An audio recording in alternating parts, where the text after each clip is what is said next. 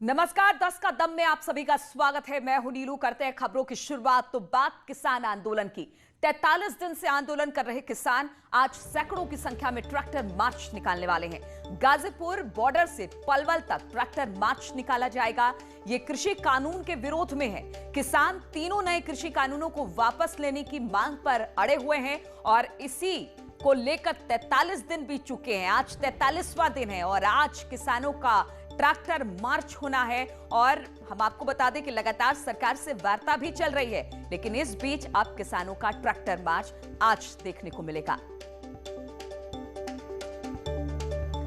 तो हम आपको बता दें कि जो किसानों का ट्रैक्टर मार्च है, 43 दिन में आंदोलन है और गाजीपुर बॉर्डर से पलवल तक ये ट्रैक्टर मार्च निकाला जाएगा। इसकी घोषणा बहुत पहले कर दी गई थी। सरकार से बातचीत एक तरफ चल रही है और किसानों का आंदोलन एक तरफ, और इसी किसान आंदोलन पर आज ट्रैक्टर मार्च भी होगा। अमित राणा इस वक्त हमारे साथ जुड़ गए हैं। अमित, ये बताइए कि आज किसानों के आंदोलन का 43वां दिन है और आज एक ट्रैक्टर मार्च भी निकाला जाना है गाजीपुर से पलवल तक। किस तरह की तैयारी किसानों की तरफ से?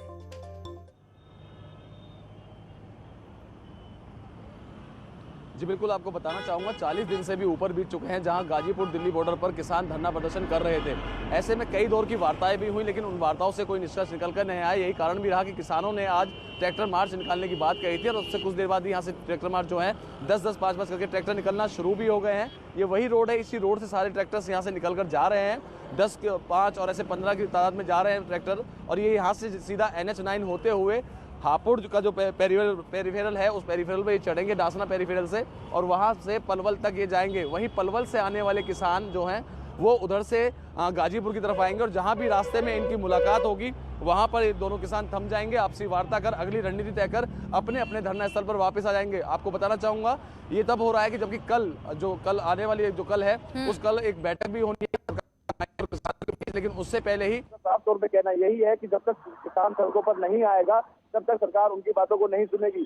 वहीं दूसरी ओर किसानों का कहना ये भी है कि लगातार उनकी तरफ से धरना प्रदर्शन किया जा रहा है। कई दौर की वार्ताएं भी हुई हैं, लेकिन अभी तक कोई निष्कर्ष निकल कर नहीं आया है। ऐसे में कल जो होने वाली बैठक है उस बैठक में क्या कुछ खास निकल कर आता है ये देखना खासा लाजमी होगा। अमित, ये बताइए, चूंकि ट्रैक्टर मार्च निकाला जाना है, अच्छा खासा दूरी तय करना है, इस ट्रैक्टर के जरिए किसान करने वाले हैं, तो इसको लेकर व्यवस्था भी किस तरीके की गई है?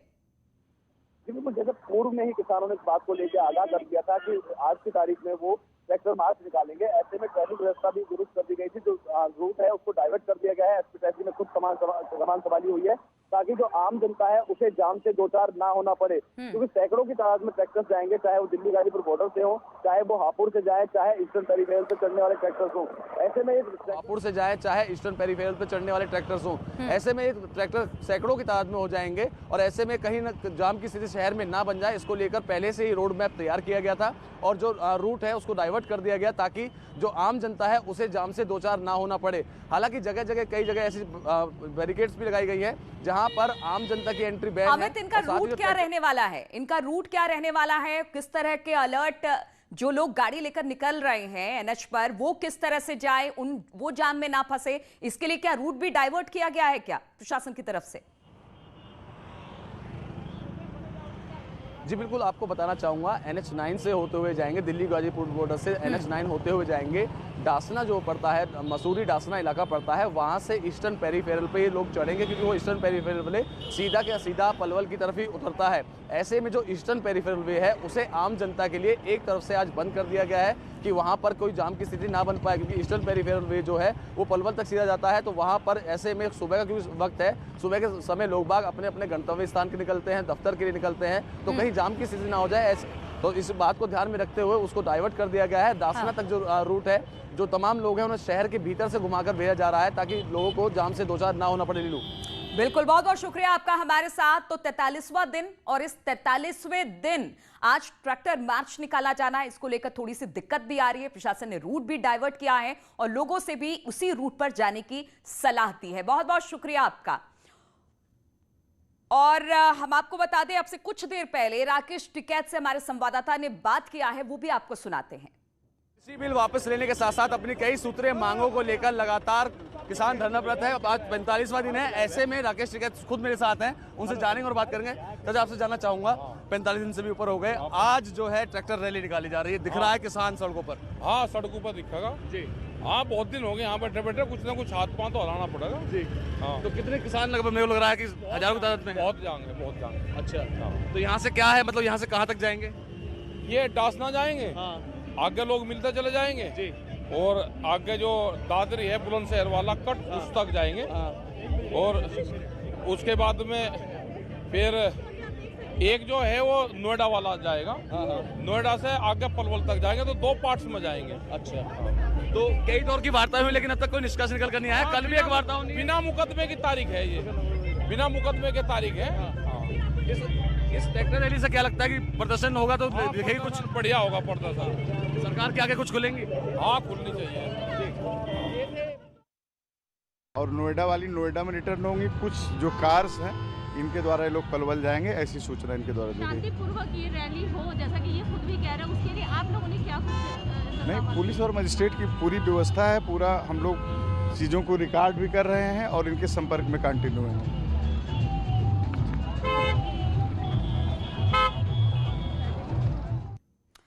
तो किसानों ने अपनी स्ट्रेटेजी बनाई है, किस तरह से आज ट्रैक्टर मार्च वो निकालने वाले हैं, कहां कहां जाने वाले हैं, कौन सा रूट पकड़ने वाले हैं। वहीं प्रशासन भी अपनी तैयारी दुरुस्त किए हुए है। इस खबर पर लगातार हमारी नजर बनी रहेगी। और अब बढ़ते हैं अगली खबर की ओर। तो आज सीएम योगी प्रधानमंत्री मोदी से 12 बजे मुलाकात करने वाले हैं। प्रधानमंत्री के साथ मुलाकात में सीएम योगी भगवान राम सीता की मूर्ति भेंट कर सकते हैं और इसके साथ ही उत्तर प्रदेश में वैक्सीनेशन के और आगामी चुनाव को लेकर भी प्रधानमंत्री मोदी से चर्चा कर सकते हैं।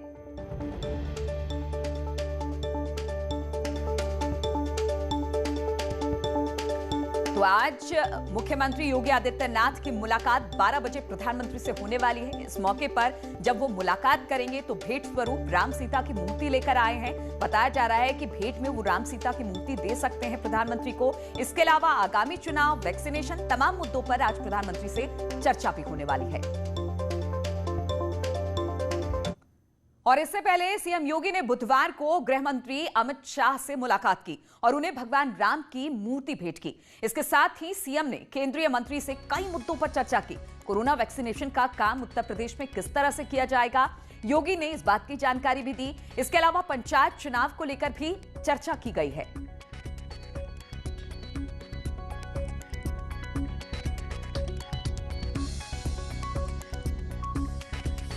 तो तस्वीरें हम आपको 2 दिखा रहे हैं। अमित शाह से कल मुख्यमंत्री योगी आदित्यनाथ की मुलाकात हुई थी। राम की मूर्ति उन्होंने भेंट स्वरूप दी अमित शाह को। दूसरी तस्वीर, राष्ट्रपति से भी मुलाकात की और इन मुलाकातों में कई अहम बातों पर चर्चा भी मुख्यमंत्री की हुई अमित शाह और राष्ट्रपति रामनाथ कोविंद के साथ।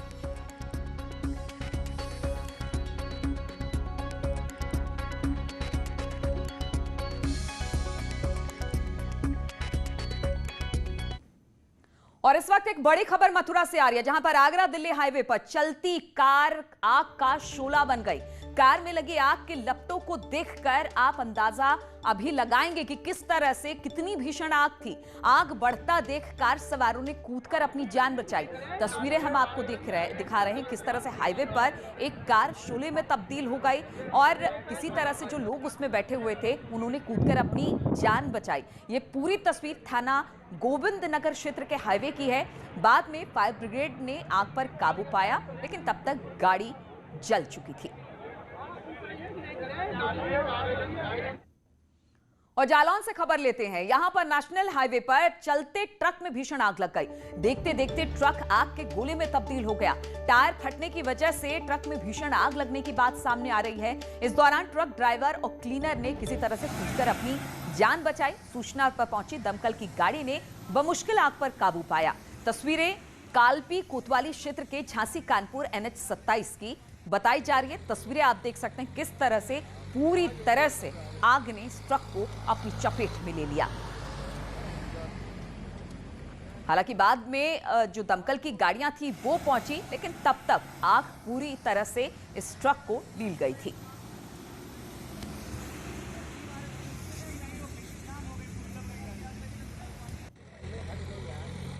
और मथुरा के थाना कोसीकला क्षेत्र में तेज रफ्तार कार अनियंत्रित होकर नहर में जा गिरी। हादसे में कार सवार युवक और युवती की मौत हो गई। जानकारी के अनुसार हरियाणा के होडल कस्बे का रहने वाला युवक दीपक और कोसी कस्बे की रहने वाली युवती पार्वती की हादसे में मौत हुई। इसकी वजह तेज रफ्तार कार अनियंत्रित होकर हलवाना गांव के पास स्थित नहर में जा गिरी। हादसे की जानकारी मिलते ही पुलिस मौके पर पहुंची। गोताखोरों की मदद से किसी तरह से कार को नहर से बाहर निकाला जा सका। उमा मोटर्स के अंदर दीपक नाम का व्यक्ति जो जीएम है, वो और एक कर्मचारी और पार्वती नाम की, ये लोग गाड़ी से आ रहे थे और ये रजवाहा पड़ता है बीच में, उसमें इनकी गाड़ी गिरने से इन दोनों की डूबने से मृत्यु हो गई। तो कार सवार युवक युवती की मौत हो गई। बताया जा रहा है कि अनियंत्रित होकर एक नहर में जा गिरी कार और फिर इसके बाद इन दोनों युवक युवती की मौत हो गई। हालांकि बाद में पुलिस वहां पर पहुंची और किसी तरह से कार को नहर से बाहर निकाला जा सका।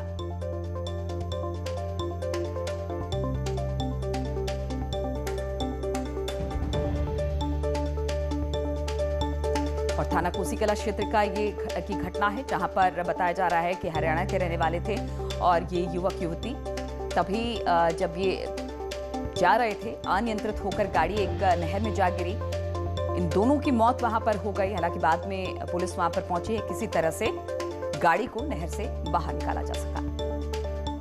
और बदायूं केस पर सीएम योगी सख्त नजर आ रहे हैं। सीएम ने एसटीएफ को बताया है, जांच के आदेश दिए हैं और कहा कि जल्द से जल्द इस पूरे मामले पर काम किया जाए। जिला पुलिस के साथ अब एसटीएफ भी इस मामले की जांच करेगी और इसके साथ ही पूरे मामले की एडीजी से रिपोर्ट भी तलब की गई है सीएम की तरफ से। तो सीएम इस मामले को संज्ञान में लेते हुए अब इस पूरे केस को हैंडल करने के लिए एसटीएफ को लगाया है। उनका कहना है कि पुलिस और एसटीएफ साथ मिलकर काम करेगी। एसटीएफ इस मामले की जांच करेगी और साथ ही साथ जो एडीजी हैं उनसे रिपोर्ट तलब की गई है इस पूरे मामले पर।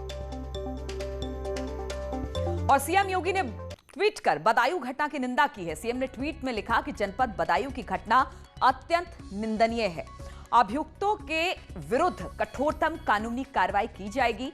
बरेली जोन के एडीजी को घटना डिटेल रिपोर्ट देने के लिए कहा गया है। उत्तर प्रदेश एसटीएफ को जांच में सहयोग किया गया। इस घटना के दोषियों को किसी भी कीमत पर बख्शा नहीं जाएगा। का संज्ञान लिया है और उसमें उन्होंने इस संबंध में एडीजी से रिपोर्ट मांगी है और उसके लिए निर्देशित भी किया है कि यदि इस प्रकरण में एसटीएफ को भी लगाना हो तो एसटीएफ को भी इसमें लगाकर शीघ्र जो है पूरी जो घटना है उसकी तफ्तीश की जाए, उसकी जांच की जाए और त्वरित कार्रवाई की जाए। और उन्होंने ये भी निर्देश दिया है कि जो भी इस घटना के दोषी हैं उनको कड़ी से कड़ी उन्हें सजा दिलाने का प्रयास किया जाए। जल्दी उसका ट्रायल कंप्लीट कराने का भी उनको दाखिल करके चार्जशीट जल्दी किया जाए। सारी पूरी प्रक्रिया जल्दी की जाए ताकि एक शीघ्र इसमें त्वरित। बदायूं केस क्या है और इस मामले में अभी तक क्या कार्रवाई हुई है, दिखाते हैं आपको। बदायूं में एक 50 साल की महिला की गैंगरेप के बाद हत्या का मामला सामने आया है। मामले में तेजी दिखाते हुए पुलिस ने आरोपियों को गिरफ्तार कर लिया। लापरवाही बरतने के चलते एसएसपी संकल्प शर्मा ने उगैती थाना अध्यक्ष राघवेंद्र प्रताप को सस्पेंड कर दिया। 50 वर्षीय एक महिला की संदिग्ध परिस्थितियों में मृत्यु होने पर परिजनों की तहरीर के आधार पर और पोस्टमार्टम रिपोर्ट के आधार पर सेक्शन 376 डी आईपीसी और 302 आईपीसी का मुकदमा पंजीकृत किया गया था। इस प्रकरण में 2 अभियुक्तों की गिरफ्तारी अभी तक हो गई है। महिला की पोस्टमार्टम रिपोर्ट में प्राइवेट पार्ट्स में घाव के साथ शरीर पर भी चोट के निशान मिले हैं। महिला अपने गांव से दूसरे गांव में एक मंदिर में पूजा करने गई थी और रविवार रात में पुजारी सहित 2 लोग महिला को उसके घर पर छोड़कर फरार हो गए थे। परिजनों ने गैंगरेप का आरोप लगाकर एफआईआर दर्ज करने की बात कही थी, लेकिन थाना अध्यक्ष ने कुएं में गिरकर मौत बताते हुए इसे हादसा बताया था। पुलिस कह रही है कि मामले की हर एंगल से जांच की जाएगी और दोषियों को कड़ी से कड़ी सजा दिलाई जाएगी। और बदायूं में एक नाबालिग के साथ रेप का मामला सामने आया है। एक लड़का उसे बहला फुसलाकर अपने साथ घर लेकर गया, उसके साथ दुष्कर्म की घटना को अंजाम दे दिया। इस दौरान लड़की के साथी उसके घर के बाहर पहरा देते रहे। लड़की ने घर जाकर परिजनों से आपबीती सुनाई, जिसके बाद परिजनों ने पुलिस में शिकायत की। पुलिस ने लड़की को मेडिकल परीक्षण के लिए भेज दिया है। वहीं एक आरोपी को भी इसमें गिरफ्तार कर लिया गया है। और अमेरिकी चुनाव में हुई हार को स्वीकारने के लिए डोनाल्ड ट्रंप तैयार नहीं है और अब उनके समर्थकों ने बुधवार को कैपिटल बिल्डिंग में ऐसा हंगामा किया कि इस हिंसा से एक महिला की मौत हो गई। यह हंगामा ऐसे समय में हुआ जब यहां पर नवनिर्वाचित राष्ट्रपति जो बाइडेन को चुनाव जीतने का सर्टिफिकेट दिया जाना था। चुनावी नतीजों को लेकर डोनाल्ड ट्रंप के भाषण के बाद अमेरिका के कैपिटल परिसर के बाहर ट्रंप के समर्थकों और पुलिस के बीच हिंसक झड़प हुई और हिंसा के बाद अब माइक्रो ब्लॉगिंग साइट ट्विटर ने भी ट्रंप का अकाउंट न सिर्फ 12 घंटे के लिए बंद कर दिया बल्कि नियमों का उल्लंघन जारी रखने पर हमेशा के लिए ट्रंप को ब्लॉक करने की चेतावनी भी दी है। वहीं नवनिर्वाचित राष्ट्रपति जो बाइडेन ने इस हिंसा को राजद्रोह बताया। बुधवार को ट्विटर ने ट्रंप से अपने वो 3 ट्वीट हटाने को कहा जो नियमों का उल्लंघन कर रहे हैं। ट्विटर सेफ्टी टीम की ओर से कहा गया कि 12 घंटे के लिए ट्रंप के अकाउंट को लॉक किया गया है और अगर आपत्तिजनक ट्वीट नहीं हटाए गए तो हमेशा के लिए बंद रहेगा। ट्विटर सेफ्टी टीम ने अपने ट्वीट में लिखा कि वॉशिंगटन डीसी में जारी हिंसा की वजह से हमें डोनाल्ड ट्रंप के 3 ट्वीट हटाने पड़ रहे हैं जिन्हें आज पोस्ट किया गया है। ये ट्वीट हमारी सिविक इंटीग्रिटी पॉलिसी का गंभीर रूप से उल्लंघन करते हैं।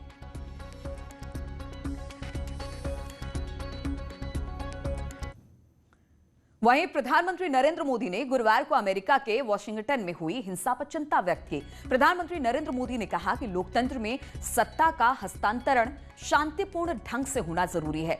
बता दें कि वॉशिंगटन में हजारों की संख्या में डोनाल्ड ट्रंप समर्थकों ने कैपिटल हिल पर कब्जा करने की कोशिश की, सीनेट में बवाल काटा। अपने ट्वीट में प्रधानमंत्री नरेंद्र मोदी ने लिखा, वॉशिंगटन डीसी में हिंसा और उपद्रव की खबरों से उन्हें दुख पहुंचा है। सत्ता का ट्रांसफर सही और शांतिपूर्ण ढंग से होना जरूरी है और इस तरह के प्रदर्शनों के जरिए लोकतांत्रिक प्रक्रिया को नुकसान नहीं पहुंचाया जा सकता।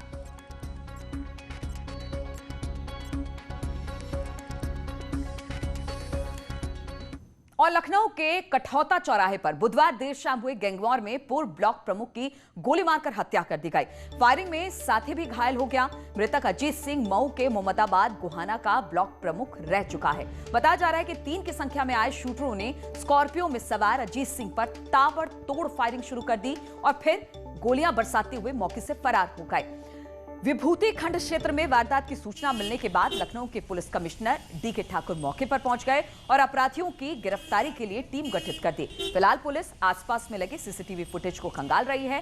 पूर्व ब्लॉक प्रमुख अजीत सिंह जिला बदर अपराधी था जिसके तहत जेल में बंद माफिया मुख्तार अंसारी से जुड़े हुए थे। अजीत सिंह के खिलाफ 18 केस दर्ज थे जिसमें से 5 केस सिर्फ हत्या के दर्ज थे। लखनऊ में चौराहे पर सरेआम हत्या को गैंगवॉर से जोड़कर देखा जा रहा है। करीब शाम में 8:30 से 8:45 बजे के बीच विभूतिखंड थाना क्षेत्र में कठौता एरिया में गोलीबारी घटना हुई है जिसमें मृतक का नाम जो अभी तक ज्ञात हुआ वो अजीत सिंह है उर्फ अजीत लंगड़ा। इसके बारे में ये कहा जा रहा था ये ब्लॉक प्रमुख है लेकिन ये ब्लॉक प्रमुख नहीं है। वर्तमान में कोई ब्लॉक प्रमुख नहीं है। बहुत पहले ब्लॉक प्रमुख हुआ करते थे। अभी मोहम्मदाबाद गोहाना में ब्लॉक प्रमुख कोई लेडी है। इनको गोली लगी, इनकी मृत्यु हो गई है। इनके साथ एक साथी थे इनके मोहर सिंह, उनको गोली लगी लेकिन खतरे से बाहर है। उसी एरिया से गुजर रहे थे एक आकाश नाम के जोमेटो के स्विगी जो डिलीवरी देने जाते हैं, उनको भी पैर में हल्की सी गोली लगी है, वो भी खतरे से बाहर है। जो मृतक है वो माफिया और शुद्ध क्रिमिनल है। इसके खिलाफ 17-18 मुकदमे हैं जिसमें 5 मर्डर के हैं। इसको हाल ही में 31 दिसंबर 2020 को जिला मजिस्ट्रेट के आदेश द्वारा जिला बदर किया गया है। जो इसके साथी हैं उनसे बात हो रही है, उन्होंने अभी खुल के कुछ नहीं बताया है। बात हो रही है और जो इनको गोली मारने वाले हैं ये इन लोगों के परिचित हैं और शायद इन्होंने बदले में गोली चलाई थी। किसी गोली लगी उसकी हम लोग तहकीकात कर रहे हैं। हाँ सर, कितने राउंड फायरिंग हुई होगी और क्या? एग्जैक्टली राउंड गिनना तो मुश्किल है लेकिन 25-30 जरूर राउंड जो गोर मिले 0.3। तो इन्हीं तमाम खबरों के साथ इस बुलेटिन में फिलहाल इतना ही। आगे देखिए अपना उत्तराखंड।